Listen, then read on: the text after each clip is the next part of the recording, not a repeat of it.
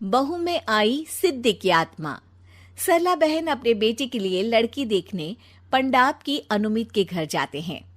अनुमित यानी सरला की होने वाली बहू की माँ।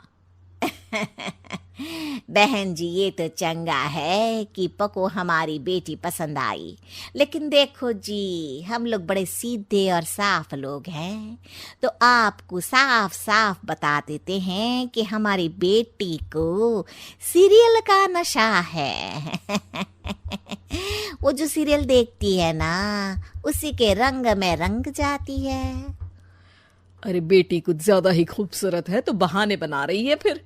अरे बहन जी, वो तो आजकल के बच्चों का नया चलन ही हो गया है, तभी तो जो देखते हैं उसी के रंग में रंग जाते हैं। बहन जी, अब देख लो, आजकल क्राइम पेट्रोल देख रही है। तभी अनुमित वहां आ जाती है। लड़का कौन है? जी मैं हूँ। तो कैसे किया तुमने पहली बीवी का मर्डर? जी, ये तो मेरी पहली शादी होगी। चुप, बिल्कुल चुप। और सुन, गुनाह कितना भी गहरा क्यों ना हो, कहीं ना कहीं अपनी छाप छोड़ ही जाता है। मुकेश की माँ को तो लगता है कि खूबसूरत लड़की मुकेश से शादी न करनी पड़े, इसलिए बहाने बना रही है, इसलिए वो बोल पड़ती है। तो वो गुनहगार तो पकड़ा ही गया ना। अरे तुम तो तफ्तीश ही गलत जगह कर रही हो। वैसे बेटी बड़ी रूपवान हो तुम। अनुमित की माँ मुकेश की माँ की बात सुनकर उछल पड़ती है।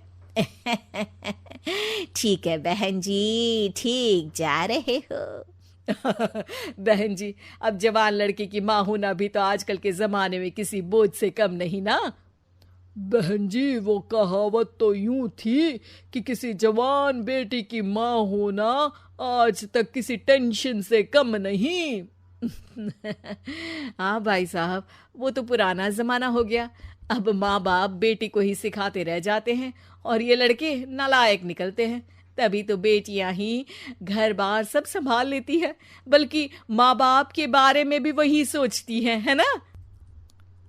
माँ, अगर ज्ञान बांटना हो तो बात कर लो शादी की। वो क्या है ना, हमारी उम्र निकली जा रही है और लड़की इतनी सुंदर तो हमें मिलने से रही। बस जी, अब क्या था, हो गई शादी मुकेश की अनुमित से। लेकिन एक दिन, अरे बहुरानी, जरा चाय तो ले आ। बल्ले सासू माँ, तेरी जिंदगी में खुशियां रहे छाए। ये ले एक कप चाय। अरे ठोको ताली। सासू माँ को समझते देर नहीं लगती कि उसकी बहू में कॉमेडी शो की जज की आत्मा आ गई है। अरे बहुरानी, ये क्या बात होती है? ही, इतना लाउड होना लड़कियों का अच्छा नहीं होता। अरे वो कहते हैं लड़कियों को लाउड होना अच्छा नहीं लगता। अरे सासू माँ, तेरा बहू को बेटी बोलना सच्चा नहीं लगता।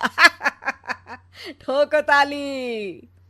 अब तो सास बहू की इस आदत से बड़ी ही दुखी हो जाती है, क्योंकि वो जब जो सीरियल देखती उसी के कैरेक्टर में खो जाती।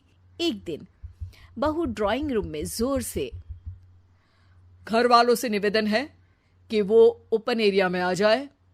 सभी घर वाले ड्राइंग रूम में आ जाते हैं।